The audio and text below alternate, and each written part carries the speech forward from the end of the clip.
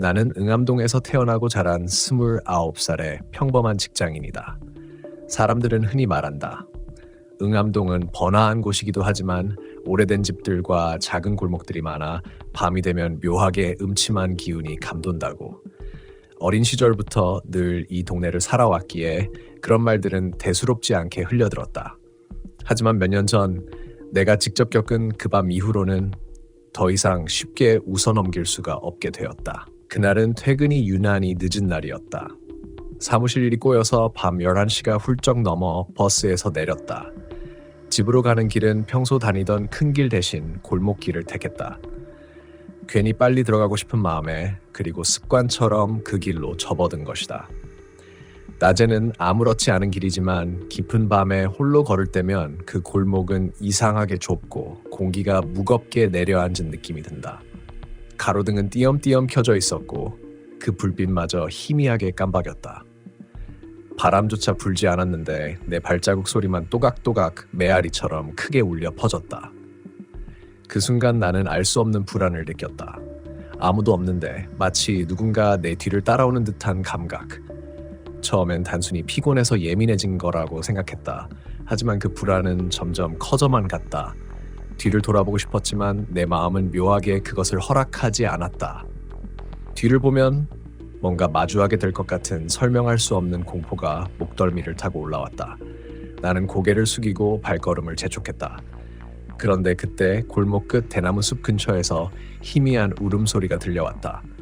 처음엔 고양이나 개가 우는 소리려니 했다. 그런데 그 소리는 분명 여자 울음소리였다. 바람도 없는 밤 정적 속에 뚜렷하게 들려오는 흐느낌. 흑! 흑! 길고 낮게 이어지는 울음은 기이하게도 일정한 리듬을 가졌다. 마치 오래전부터 이 자리를 지키며 누군가를 기다린 사람처럼. 순간 나는 발걸음을 멈췄다. 심장이 두근거리며 목까지 차올랐다. 이건 그냥 들은 게 아니야. 분명히 저기서 나는 소리야. 나 자신에게 그렇게 중얼거리며 억지로 합리화를 시도했다. 하지만 소리는 점점 더 선명해졌고 이내 분명히 알 수 있었다. 대숲 속에서 어떤 여자가 울고 있었다. 내 다리는 돌처럼 굳어 움직이지 않았다. 가슴이 답답해지고 숨이 가빠졌다. 이 길로 가지 말아야 하나? 머릿속에서 경고음이 울렸지만 이미 너무 깊숙이 들어와 있었다. 돌아가기엔 더 멀고 앞으로 나아가야만 집에 닿을 수 있었다. 그때 울음소리 사이로 바스락거리는 대나무 잎의 마찰음이 섞여 들려왔다. 그런데 이상하게도 바람 한 점 없는데 대나무가 흔들리는 소리였다. 나는 눈을 질끈 감고 그대로 달려가기로 마음먹었다. 그런데 바로 그 순간 대숲 안에서 한 목소리가 아주 낮고 속삭이는 듯한 목소리가 내 이름을 불렀다. 영재와. 온몸에 피가 얼어붙었다. 내 이름을 부르는 그 소리는 분명 내 어머니의 목소리와 똑같았다. 하지만 그곳에는 아무도 있을 리 없었다. 나는 숨조차 멈춘 채 귀를 의심했다. 다시 더 또렷하게 그 소리가 이어졌다. 저거, 왜 이렇게 늦었어? 그 순간 나는 미친 듯이 뛰기 시작했다. 발이 땅에 닿는 감각조차 사라질 정도로 달렸다. 하지만 뒤에서 울음소리가 점점 커져 따라오는 듯했다. 골목을 벗어나 큰 길로 나올 때까지 나는 단 한 번도 뒤를 돌아보지 않았다. 온몸이 땀으로 흠뻑 젖었고 집에 도착했을 땐 숨이 차서 아무 말도 할 수 없을 지경이었다.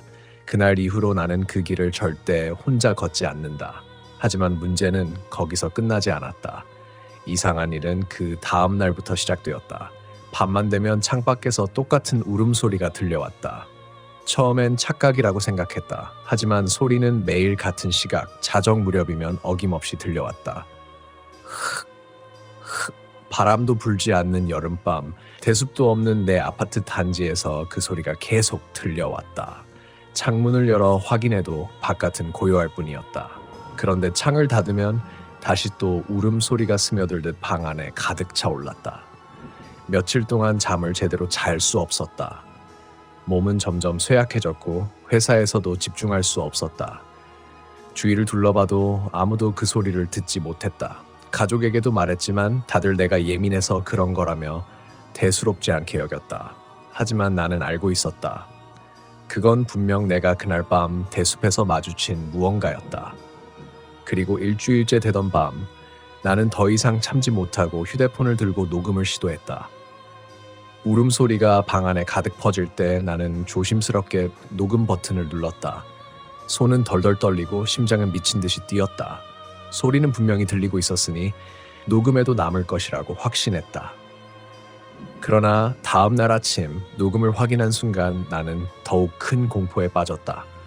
파일 안에는 아무 소리도 남아있지 않았다. 오직 정적만이 이어질 뿐. 그런데 파일의 끝부분에서 아주 희미하게 그러나 또렷하게 내 이름을 부르는 목소리가 들렸다. 은정아, 왜 이렇게 늦었어? 나는 며칠 동안 녹음 파일을 수십 번도 넘게 다시 들었다. 혹시 내가 잘못 들은 건 아닐까 싶어서 이어폰을 바꿔 꽂아보고 컴퓨터로 소리를 증폭시켜 보기도 했다. 하지만 결과는 똑같았다. 아무 소리도 없는 정적 위에 끝부분에서 나지막하게 내 이름을 부르는 목소리가 남아 있었다. 경재와, 왜 이렇게 늦었어? 그 목소리는 너무 익숙했다. 어머니의 목소리였다. 그런데 이상한 점은 그 말투와 억양이 내가 어릴 적 아팠을 때 어머니가 걱정하며 불러주던 목소리와 완전히 같았다는 것이다. 내 심장은 서늘하게 식어 내려갔다. 이건 분명히 나를 알고 있는 무언가다. 그날 이후로 상황은 더 심각해졌다. 밤이 되면 단순히 울음소리만 들리는 것이 아니었다. 현관문 앞에서 발자국 소리가 멈추는가 하면 새벽에 깨어보면 현관문 고리가 천천히 흔들리고 있었다. 처음에는 이웃이 착각으로 건드린 거라 생각했지만 CCTV를 확인해 보려던 순간 나는 용기가 나지 않았다.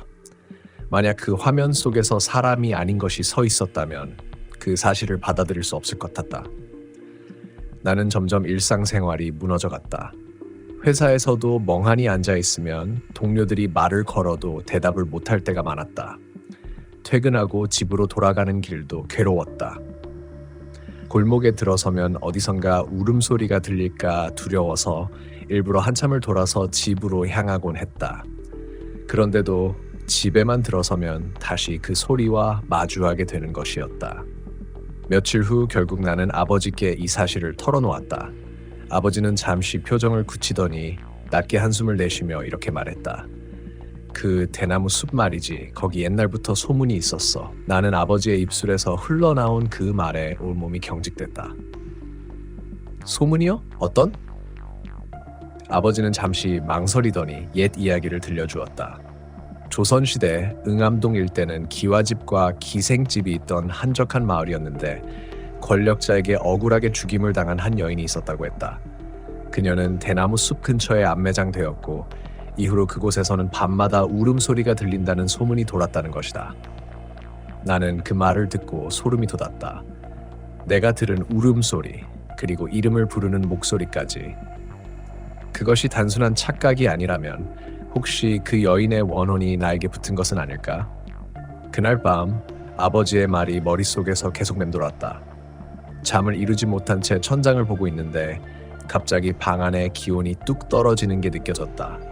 에어컨을 킨 것도 아닌데 차가운 공기가 내 몸을 감쌌다. 나는 이불을 움켜쥐고 몸을 웅크렸지만 차가움은 점점 더 강해졌다. 그리고 그 순간 방 안 가득 또렷한 울음소리가 터져 나왔다. 흑, 흑. 이젠 바깥이 아니라 바로 내 방 안에서 들려오는 듯한 울음이었다.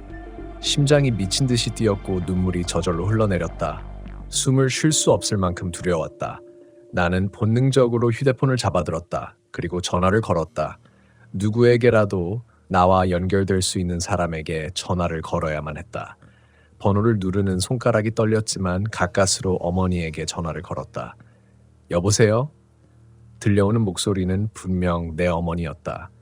그러나 동시에 울음소리는 멈추지 않고 방 안을 가득 채웠다. 두 소리가 동시에 겹쳐서 들려왔다. 나는 공포에 질려 소리쳤다. 엄마, 제발 제 방으로 와줘요. 지금 당장 와줘요. 전화를 끊고 나서야 울음소리가 갑자기 사라졌다.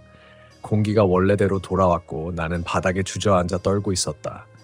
한참 후에 어머니가 내 방문을 열고 들어왔을 때 나는 이미 얼굴이 새하얗게 질린 채였다. 어머니는 놀란 표정으로 내 손을 잡고 물었다. 대체 무슨 일이야? 왜 그렇게 떨고 있어? 나는 차마 모든 이야기를 하지 못하고 그냥 무섭다고만 중얼거렸다. 어머니는 내 머리를 쓰다듬으며 한참을 달래주었다. 그 순간만큼은 잠시 안도감을 느낄 수 있었지만 내 안 깊은 곳에서는 점점 더 강렬한 확신이 자라났다. 이건 나 혼자 감당할 수 있는 게 아니다. 다음 날 나는 용기를 내어 근처 무당을 찾아갔다. 처음엔 미신이라며 믿지 않으려 했지만 더는 버틸 수 없었다. 무당은 내가 들어서자마자 얼굴을 찌푸리더니 고개를 저었다. 아이고, 젊은이가 무슨 큰 귀신을 끌어들였구나. 그 울음소리 맞지? 그건 오래된 한 맺힌 원기야. 나는 온몸이 굳어졌다. 무당은 한참 동안 내 얼굴을 똑바로 보더니 이렇게 덧붙였다. 그 원기가 널 따라온 건 네가 그날 그 울음을 들었기 때문이야. 원호는 자신의 억울함을 들어주는 사람을 찾아. 네가 듣고 네가 느꼈으니 이제 널 따라온 거야. 나는 숨이 막혔다. 그럼 앞으로 어떻게 해야 하는지 물었다. 무당은 조용히 눈을 감았다가 입술을 달싹였다. 그 원호는 단순히 무섭게 하려는 게 아니야. 널 불러세우는 이유가 있어. 하지만 네가 그걸 받아들이지 않으면 오래 버티지 못할 거다. 그 말은 너무도 모호했지만 동시에 불길하게 와닿았다. 내가 듣고 내가 끌려온 것이라면 결국 나 스스로 해결해야 하는 게 아닐까. 그러나 방법을 묻기도 전에 무당은 더 이상 대답을 하지 않았다. 마치 내가 감당할 수 없을 것을 알기라도 한 듯 입을 굳게 다물었다. 집으로 돌아오는 길 나는 스스로에게 수십 번을 물었다. 내가 도대체 뭘 잘못한 걸까? 왜 나를 따라오는 걸까? 그러나 답은 어디에도 없었다. 오직 머릿속에서 메아리처럼 울리는 그 목소리만이 맴돌았다. 아, 왜 이렇게 늦었어? 그날 밤 나는 무당이 했던 말을 곱씹으며 누워 있었다. 원기가 나를 불러세우는 이유가 있다. 그 말은 마치 내 귓가에서 계속 속삭이는 주문처럼 맴돌았다. 아무리 눈을 감아도 어두운 방 안에서 울음소리가 터져 나올 것만 같았다. 새벽 2시가 넘었을 무렵 이상한 소리에 잠에서 깼다. 처음엔 착각이라고 생각했지만 이내 그것이 착각이 아니라는 것을 깨달았다. 천장 위에서 툭툭 무언가 떨어지는 소리가 이어지고 있었다. 물이 새는 건가 싶어 불을 켰다. 그러나 천장은 멀쩡했다. 그때 다시 소리가 났다. 이번에는 분명히 내 침대 머리맡 바로 위에서 마치 누군가 맨손으로 천장을 두드리는 듯한 소리였다. 툭툭. 나는 온몸이 굳어졌다. 그 소리가 점점 빨라지더니 갑자기 멈췄다. 정적 속에서 숨조차 쉴 수 없는 긴장이 흘렀다. 그런데 갑자기 바로 귀 옆에서 여자의 흐느낌이 들려왔다. 흑흑흑. 나는 비명을 지르며 몸을 돌렸다. 그러나 옆자리는 텅 비어 있었다. 하지만 확실히 느꼈다. 방금 전까지 누군가가 내 귀 옆에 얼굴을 바짝 대고 울고 있었다는 걸. 목덜미에 털이 곤두섰고 눈물이 왈칵 쏟아졌다. 나는 이불을 뒤집어 쓰고 몸을 떨며 날이 밝기를 기다렸다. 다음날 아침 거울 앞에 선 나는 충격을 받았다. 내 목덜미에 손가락 자국 같은 붉은 흔적이 선명하게 남아 있었다. 마치 누군가 차갑고 축축한 손으로 내 목을 움켜쥔 것처럼. 그 순간 나는 더 이상 이 현상을 단순히 착각이라고 합리화할 수 없었다. 이 원호는 분명 나를 붙잡으려 하고 있다. 그리고 그 이유는 나는 직감적으로 알았다. 그 여인은 단순히 울고 있는 게 아니다. 무언가를 전하려는 것이다. 하지만 동시에 그 울음은 나를 갉아먹고 있었다. 며칠이 지났다. 나는 회사에도 나가지 못했다. 방 안에 틀어박혀 창문과 커튼을 모두 닫고 낮에도 불을 켜놓았다. 그러나 이상하게도 방 안은 늘 어둑했고 기묘하게 습한 냄새가 맴돌았다. 대숲의 흙냄새와 비슷했다. 그리고 점점 나는 현실과 꿈의 경계를 구분할 수 없게 되었다. 눈을 감았다 뜨면 순간 방 안이 대나무 숲으로 바뀌어 있었다. 나는 분명 내 방에 있는데 발밑에는 젖은 흙이 깔려 있었고 대나무 잎이 뺨을 스쳤다. 그 속에서 여인의 흐느낌이 울려 퍼졌다. 어느 순간 나는 그녀의 모습을 보았다. 길게 늘어진 검은 머리카락, 낡은 흰 저고리, 그리고 피로 물든 치마. 얼굴은 똑바로 보이지 않았지만 그녀가 분명히 나를 향해 울고 있다는 걸 알 수 있었다. 나는 공포에 사로잡혔지만 동시에 묘한 연민이 스며들었다. 마치 그녀의 슬픔이 내 안으로 밀려 들어오는 것 같았다. 그녀는 손을 뻗었다. 차갑고 축축한 손이 내 손목을 움켜쥐자 나는 소스라치게 놀라 눈을 떴다. 다시 방 안이었다. 그러나 내 손목에는 붉은 멍이 선명하게 남아 있었다. 나는 미쳐가는 게 아닐까 두려웠다. 하지만 그보다 더 무서운 건 내 안에서 그녀의 울음을 점점 이해하게 된다는 사실이었다. 그녀의 억울함, 그녀의 절망, 그녀의 고립된 외로움이 마치 내 기억처럼 스며들고 있었다. 마치 내가 그녀가 되어가는 듯한 착각마저 들었다. 그날 밤 나는 결국 다시 대숲으로 향했다. 이대로는 끝나지 않을 것 같았다. 그곳에서 직접 마주하고 이유를 알아내야 한다는 강박 같은 것이 나를 끌어안겼다. 대숲 앞에 서자 바람 한 점 없는데도 대나무들이 서걱이며 흔들렸다. 검은 어둠 속에서 잎사귀들이 서로 부딪히는 소리는 마치 누군가 숨죽여 우는 소리 같았다. 나는 온몸이 떨렸지만 두 다리를 억지로 움직여 숲 안으로 발을 들였다. 내 발밑에서 흙이 질퍽거렸고 이상하게 차가운 공기가 얼굴을 파고들었다. 한 걸음 또 한 걸음 숲속 깊숙이 들어갈수록 세상이 뒤틀리는 느낌이 들었다. 마치 현실이 아니라 다른 시간 속으로 빨려 들어가는 듯했다. 그리고 마침내 그녀가 나타났다. 흰 옷차림의 여인이 대나무 사이에 서 있었다. 얼굴은 흐릿해서 똑바로 볼 수 없었지만 눈물이 줄줄 흘러내리는 건 확실했다. 그녀는 내게 다가와 손을 뻗었다. 이번에는 도망치지 않았다. 나는 떨리는 손을 내밀어 그녀의 손을 잡았다. 순간 온몸이 얼음처럼 차갑게 굳었고 눈앞이 아득해졌다. 그리고 나는 다른 풍경 속에 서 있었다. 옛날 조선시대의 어느 마을, 초가집이 줄지어 있었고 사람들이 분주히 오가고 있었다. 하지만 내 눈앞에는 한 장면이 뚜렷이 펼쳐졌다. 한 여인이 억지로 끌려가고 있었고 사람들은 외면한 채 고개를 돌렸다. 그녀는 필사적으로 소리쳤다. 억울합니다. 제발 살려주십시오. 그러나 곧이어 칼날이 번쩍였고 피가 대지에 쏟아졌다. 사람들은 침묵했고 그녀의 시신은 밤중에 몰래 대숲에 묻혔다. 나는 숨이 막히는 듯한 고통을 느끼며 그 장면을 지켜볼 수밖에 없었다. 그리고 그 순간 그녀의 울음이 다시 내 귓가에 맴돌았다. 왜 이렇게 늦었어? 눈을 떴을 때 나는 다시 대숲에 서 있었다. 그러나 내 손은 여전히 얼음처럼 차가웠고 심장은 무너질 듯 뛰고 있었다. 나는 이제 알았다. 그녀는 억울한 죽음을 당한 여인이고 그 한을 풀지 못해 이곳에 남아있는 것이다. 하지만 동시에 알 수 없는 두려움이 엄습했다. 왜 하필, 왜 수많은 사람들 중 나를 불러세운 걸까? 그날 이후 나는 더 이상 예전의 내가 아니었다. 거울 앞에 서면 낯선 얼굴이 비쳤다. 분명 내 얼굴인데 내 눈동자 속에서 울고 있는 그녀의 표정이 겹쳐 보였다. 눈가에는 늘 붉은 기운이 감돌았고 밤마다 그녀의 흐느낌이 내 가슴속 깊은 곳에서 직접 흘러나오는 듯했다. 마치 내가 그녀가 되어버린 듯한 감각. 처음엔 단순히 환영이라 생각하려 했다. 하지만 주변 사람들의 반응은 그것을 부정했다. 어느 날 회사 동료가 내게 다가와 말했다. 영격 씨, 어제 왜 울고 있었어요? 화장실에서 계속 흐느끼던데. 나는 깜짝 놀랐다.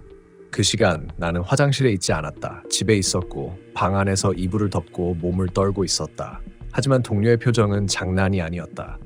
진짜예요. 밤 11시쯤이었는데 여직원 몇 명이랑 다 들었어요. 화장실 칸 안에서 여자가 울고 있었거든요. 근데 영국 씨 목소리 같았다니까요. 온몸이 얼어붙었다. 그날 밤 나는 분명 집에 있었다. 그렇다면 그녀가 내 목소리를 빌려 울고 있었던 걸까? 아니면 내가 모르는 사이에 그녀가 내 몸을 빌려 다른 곳에 나타난 걸까? 나는 점점 스스로를 믿을 수 없게 되었다. 손목과 목덜미에는 붉은 멍이 늘 새로 생겨 있었고 새벽에 깨어나면 손톱 밑에 흙이 끼어 있었다. 나는 분명 침대에서 잔 기억밖에 없는데 마치 대숲에서 밤새 헤맨 것 같은 흔적이 남아 있었다. 어머니는 날 걱정하며 병원에 가자고 했다. 하지만 나는 병원이 아닌 곳으로 향했다. 다시 그 무당에게. 무당은 내 얼굴을 보자마자 고개를 저었다. 이미 많이 깊게 들어왔구나. 네 몸과 영혼이 점점 그 여인에게 잡아먹히고 있어. 계속 이대로 두면 결국 넌 너 자신이 아니라 그 여인이 될 거다. 나는 온몸이 떨려 말을 잇지 못했다. 그럼 어떻게 해야 합니까? 어떻게 해야 벗어날 수 있죠? 무당은 한참 동안 침묵하다가 조용히 입을 열었다. 벗어나려면 그 여인이 원하는 걸 들어줘야 한다. 억울함을 풀어줘야 한다. 하지만 그 과정에서 네가 감당하지 못하면 그대로 그 여인이 될 수도 있다. 나는 대답하지 못한 채 무당의 방을 나왔다. 머릿속은 더 복잡해졌다. 억울함을 풀어주다니. 어떻게? 나는 과거의 진실을 알지도 못한다. 그저 울음소리에 시달리고 있을 뿐이었다. 하지만 한 가지는 분명했다. 이렇게 계속 끌려다니면 결국 나는 사라지고 말 것이라는 사실. 며칠 뒤 사건은 더 명확하게 터졌다. 새벽 3시 나는 갑자기 눈을 떴다. 방 안이 어둡게 물들어 있었고 벽지가 젖은 듯 물기 어린 자국들이 퍼져나가고 있었다. 대숲 냄새가 방 안에 가득했다. 숨이 막혔다. 그리고 창문 유리에 뚜렷한 손자국이 찍혀 있었다. 창문 바깥 아파트 12층 높이에 있을 리 없는 손자국. 마치 누군가 그곳에 매달려 나를 바라보고 있었던 것처럼. 나는 비명을 지르며 뒷걸음질 쳤다. 하지만 동시에 이상하게도 창문 밖에서 울고 있는 그녀의 모습이 보였다. 머리카락이 바람에 흩날리지도 않은 채 얼굴은 흙과 피로 뒤덮여 있었고 눈은 텅 빈 채 눈물이 흘러내리고 있었다. 왜 이렇게 늦었어? 나는 그 순간 알았다. 그녀가 원하는 건 단순한 위로가 아니라 목격자였다. 억울하게 죽임을 당한 순간 아무도 그녀를 보지 않았다. 아무도 그녀의 절규에 귀 기울이지 않았다. 그래서 지금 그녀는 봐줄 사람을 찾고 있었던 것이다. 그리고 그 사람이 바로 나였다. 나는 두려움과 연민 사이에서 갈팡질팡했다. 그녀를 받아들이면 나는 더 이상 나일 수 없을지도 모른다. 하지만 외면하면 그녀의 울음은 평생 나를 괴롭힐 것이다. 그날 이후 내 일상은 완전히 무너졌다. 거리에 서 있다 보면 낯선 사람들이 나를 흘깃보며 수군거렸다. 어떤 노인은 나를 보자마자 혀를 차며 말했다. 아이고, 저 얼굴에 여인이 겹쳐 있구먼.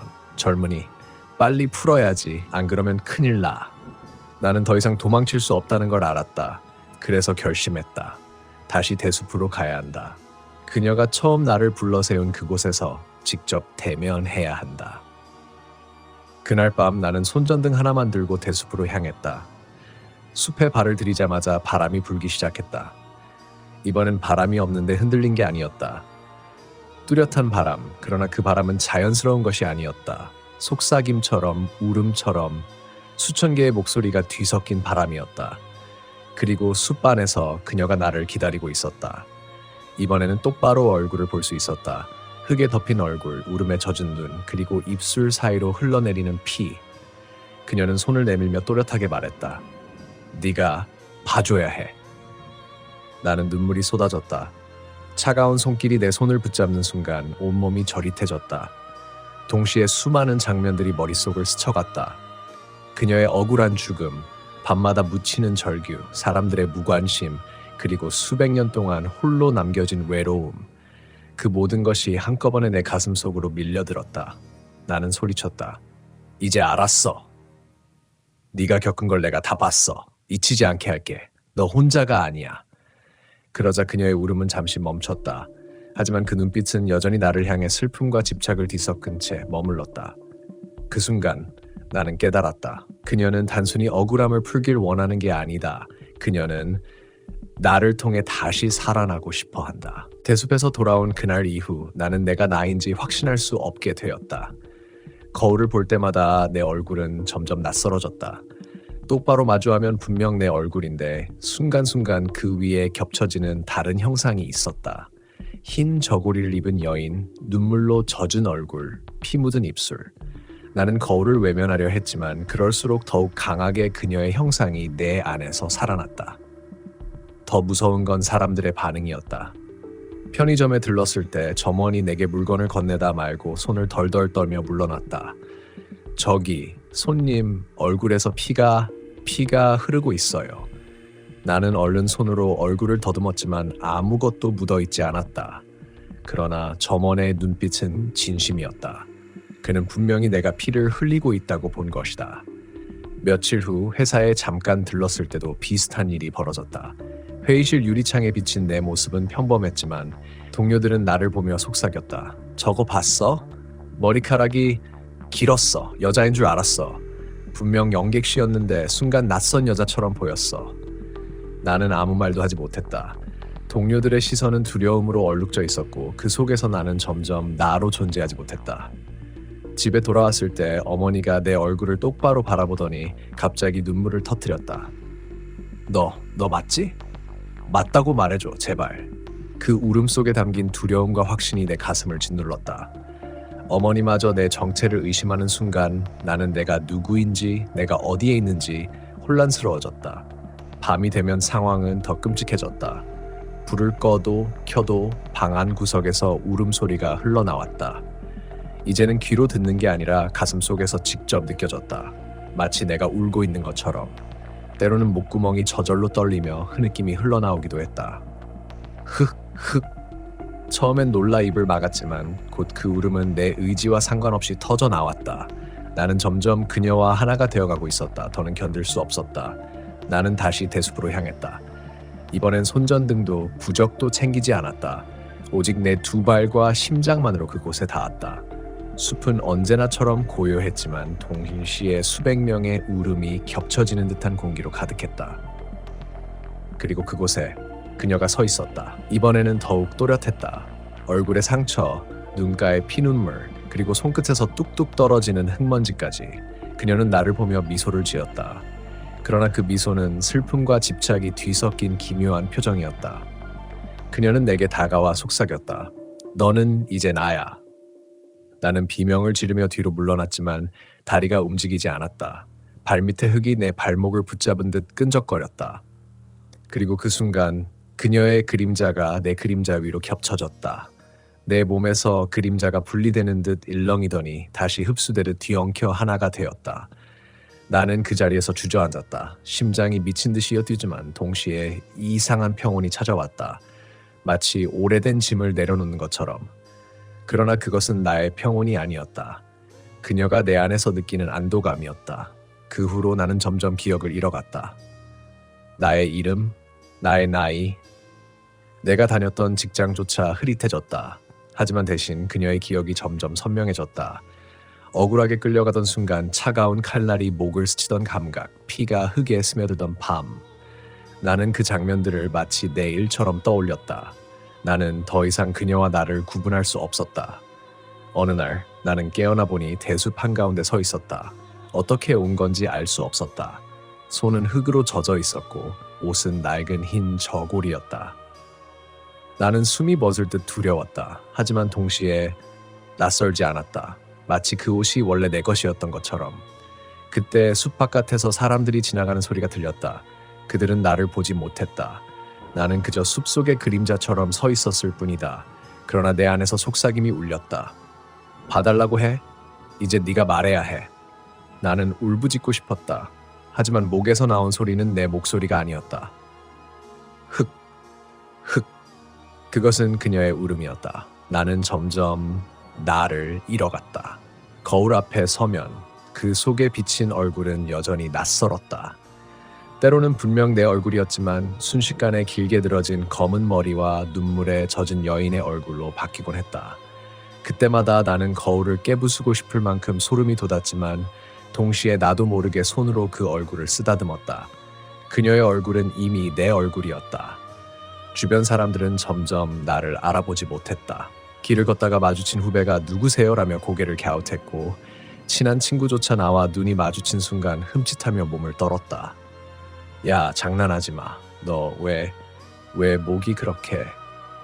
그는 말을 끝맺지 못했다. 내가 목덜미를 만지자 손끝에 끈적한 감촉이 묻어났다. 순간 눈앞이 아득해졌고 친구는 그 자리에서 도망치듯 달아났다.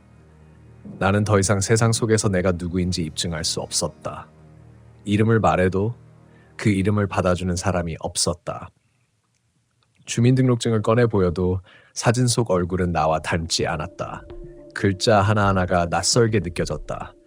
내가 나라고 말하는 것이 허망한 메아리처럼 사라졌다. 밤이 되면 더욱 심했다. 침대에 누우면 눈꺼풀을 감는 순간 내 꿈은 항상 그녀의 마지막 순간으로 이어졌다. 칼날이 목을 스치는 느낌, 숨이 끊어지는 고통, 그리고 흙 속에 묻히는 감각. 그것은 꿈이 아니라 기억처럼 선명했다. 나는 그녀의 죽음을 매일같이 다시 체험했다. 그리고 아침에 눈을 뜨면 그 고통의 잔상이 내 몸 구석구석에 남아 있었다. 어깨에 멍처럼 번져 있는 자국, 발목에 남은 끈 자국 같은 것들이 말이다.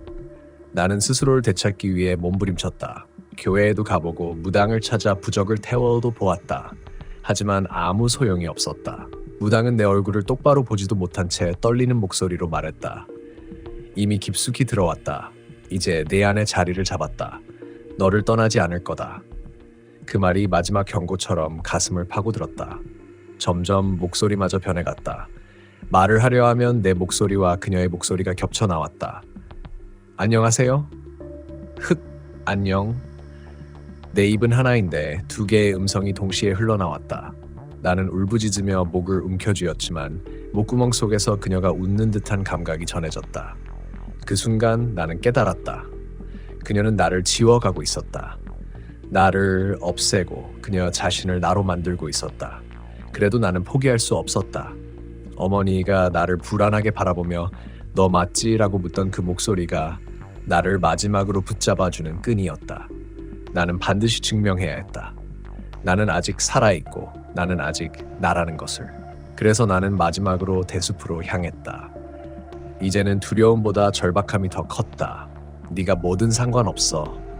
하지만 나는 없어지지 않아. 나를 빼앗아갈 순 없어. 나는 속으로 그렇게 되뇌며 숲으로 들어섰다.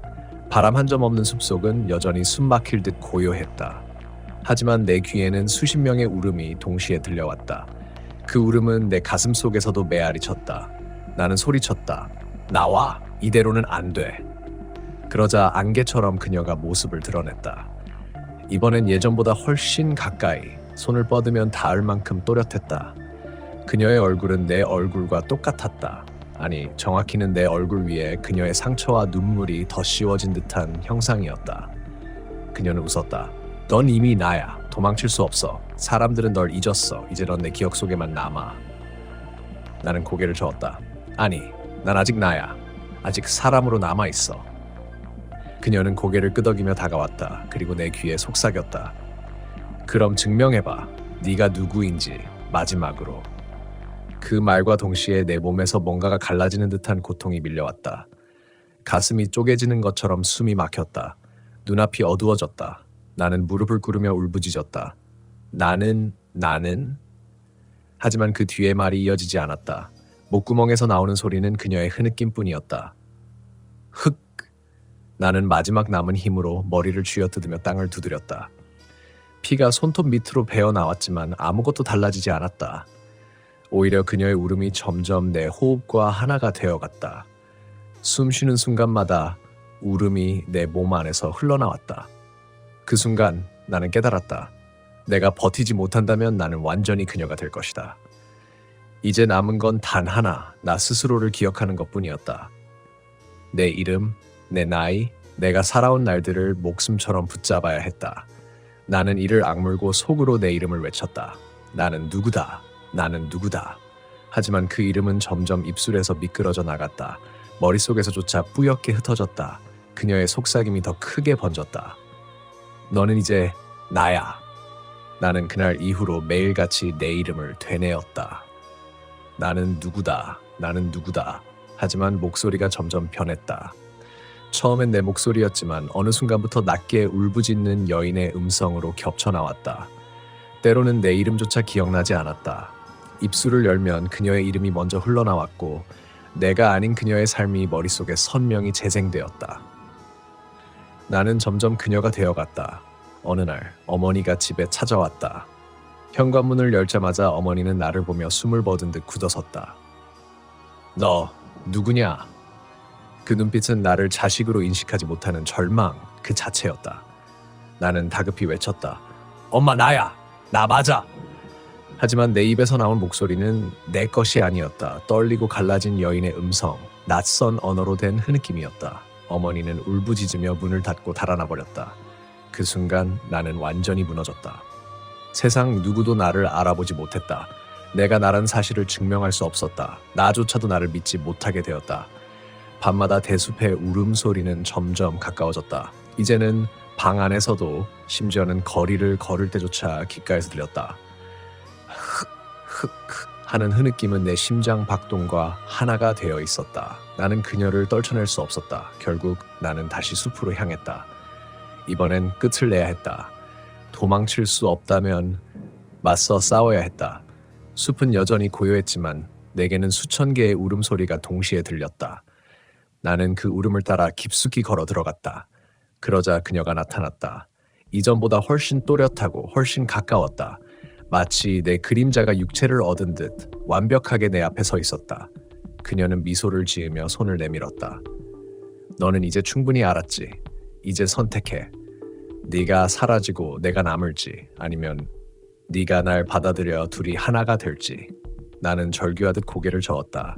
난 사라지지 않아. 내 삶은 내 거야. 넌 내 것이 될 수 없어. 그러나 그녀는 조용히 웃으며 속삭였다. 이미 넌 나야.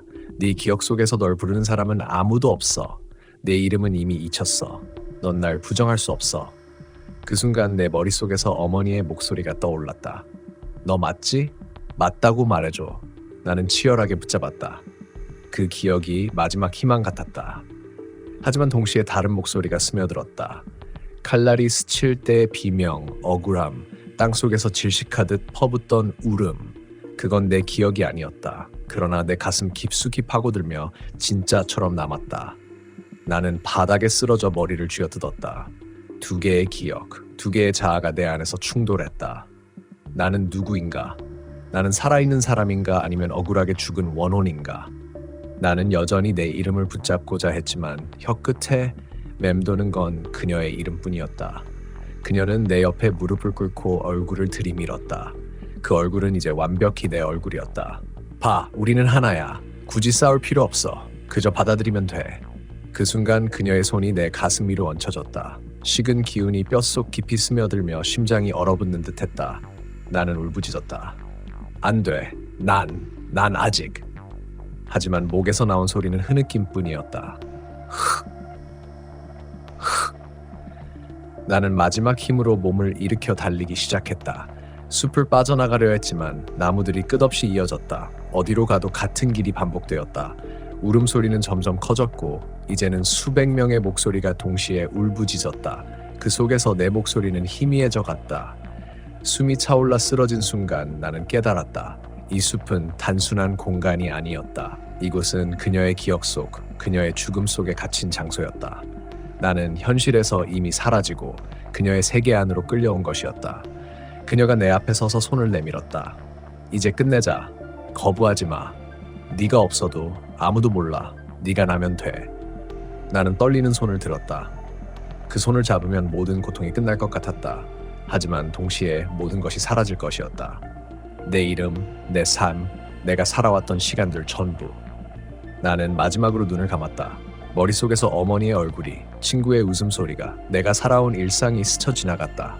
그것이 마지막 불꽃처럼 타올랐다. 나는 이를 악물고 그녀의 손을 밀쳐냈다. 아직은 안 돼. 난 아직 나야. 그녀의 눈빛이 흔들렸다. 그러나 곧 차갑게 굳어졌다. 그럼 네가 나를 대신 울어야 해. 네가 버티든 버티지 못하든 넌 결국 나로 남게 될 거야. 그녀의 말이 끝나자 내 몸에서 힘이 빠져나갔다. 나는 바닥에 쓰러져 눈을 감았다. 어두움 속에서 나는 울음소리와 함께 끝없이 떨어져 내려갔다. 눈을 감은 채로 떨어져 내리는 감각이 한참 이어졌다. 끝없이 가라앉는 어둠 속에서 나는 내 심장 박동조차 느끼지 못했다. 대신 귓가에는 여전히 그녀의 울음소리가 맴돌았다. 그 울음은 점점 커져서 마침내 내 목구멍 안에서 직접 흘러나왔다. 나는 울지 않았지만 내 몸은 울고 있었다. 그 순간 나는 깨달았다. 나는 이제 두 가지 존재가 되어 있었다. 한쪽은 내가 살아온 삶을 붙잡으려 발버둥치는 나. 다른 한쪽은 억울함과 원한으로 살아있는 모든 순간을 집어삼키는 그녀. 두 목소리가 한 몸 안에서 부딪히며 나를 갈라놓았다. 넌 이미 끝났어. 그녀의 목소리가 속삭였다. 나는 고개를 저으며 중얼거렸다. 아직은. 그러나 내 입에서 나온 소리는 그녀의 흐느낌에 묻혀 들리지 않았다. 눈을 떴을 때 나는 여전히 대숲 속에 있었다. 하지만 주변은 현실과 달랐다. 하늘은 끝없이 잿빛으로 번져 있었고 바람 한 점 없는 대숲은 부자연스럽게 흔들리고 있었다. 그곳은 현실이 아니라 그녀의 기억과 원한으로 얽힌 세계였다. 나는 갇힌 것이었다. 멀리서 사람들이 지나가는 소리가 들렸다. 그러나 그들은 나를 보지 못했다. 나는 소리쳤다. 여기 있어. 나야. 제발 나 좀 봐. 하지만 목에서 나온 것은 흐느낌뿐이었다. 흑. 사람들은 고개를 갸웃하다가 빠르게 발걸음을 옮겼다. 나는 그저 바람처럼 그림자처럼 지나쳐버린 존재가 되었다. 나는 점점 두려움보다 체념에 가까운 감정을 느꼈다. 아무리 발버둥쳐도 아무도 나를 기억하지 않고 아무도 내 목소리를 듣지 못한다면 나는 이미 사라진 것이나 다름없었다. 그녀의 말이 맞았다. 나는 결국 그녀가 될 수밖에 없었다. 그녀가 내 앞에 다시 나타났다. 이번에는 완전히 내 얼굴을 하고 있었다. 상처와 피눈물마저 내 표정과 하나로 합쳐져 있었다. 그녀는 조용히 웃으며 내 손을 잡았다. 봐, 이제 괜찮아. 넌 날 거부했지만 결국 우린 하나야. 네가 울면 내가 웃고 내가 울면 네가 울어. 우리 사이에 경계는 없어. 나는 저항할 힘조차 남아있지 않았다. 차갑고 무거운 기운이 내 몸을 완전히 덮었다. 그리고 이상하게도 그 순간 평온이 찾아왔다. 싸우지 않아도 된다는 사실이 역설적으로 안도감을 주었다. 나는 마지막으로 눈을 감았다. 머릿속에서 어머니의 얼굴이 아득하게 떠올랐다. 너 맞지? 맞다고 말해줘. 그 목소리를 붙잡으려 했지만 이미 너무 멀리 사라지고 있었다. 손끝에서 흘러내리는 모래처럼 기억이 흩어져 갔다. 그리고 나는 더 이상 나를 기억할 수 없었다. 사람들은 지금도 그 대숲을 피한다. 밤이면 어김없이 여자 울음소리가 숲 안에서 흘러나오기 때문이다. 처음 듣는 사람들은 누군가 우는 것 같다고 말하지만 오래 귀 기울이면 알게 된다. 그것은 단 한 사람의 울음소리가 아니라 수십 명의 흐느낌이 겹쳐진 것이다. 누군가는 말한다. 그 울음소리 속에는 최근까지 살아있던 사람의 목소리가 섞여 있다고. 몇 해 전 숲 근처에 살던 청년이 어느 날 흔적도 없이 사라졌다고 한다. 이름도 직장도 기록도 모두 희미하게 지워져 버려 이제는 아무도 그의 존재를 확실히 기억하지 못한다. 다만 어머니 한 사람만이 가끔 술에 취해 중얼거린다고 한다. 내 아들이 거기 있어. 숲에서 아직도 울고 있어. 사람들은 대숲을 그냥 오래된 괴담의 무대로만 여긴다. 그러나 밤마다 들려오는 울음소리를 한 번이라도 제대로 들어본 사람은 다르게 말한다. 그 울음 속에는 억울하게 죽은 여인의 원혼만이 아니라 그 후로도 숲에 사라져간 사람들의 목소리가 차곡차곡 쌓여 있다는 것을. 그리고 나는 그 안에 있다. 울고 또 울면서 누군가 내 이름을 불러주길 기다린다. 그러나 아무도 나를 기억하지 못한다. 나는 이제 그녀이고 그녀는 나다. 이제 우리는 구분할 수 없다. 바람 한 점 없는 대숲에서 오늘도 울음소리가 번져간다.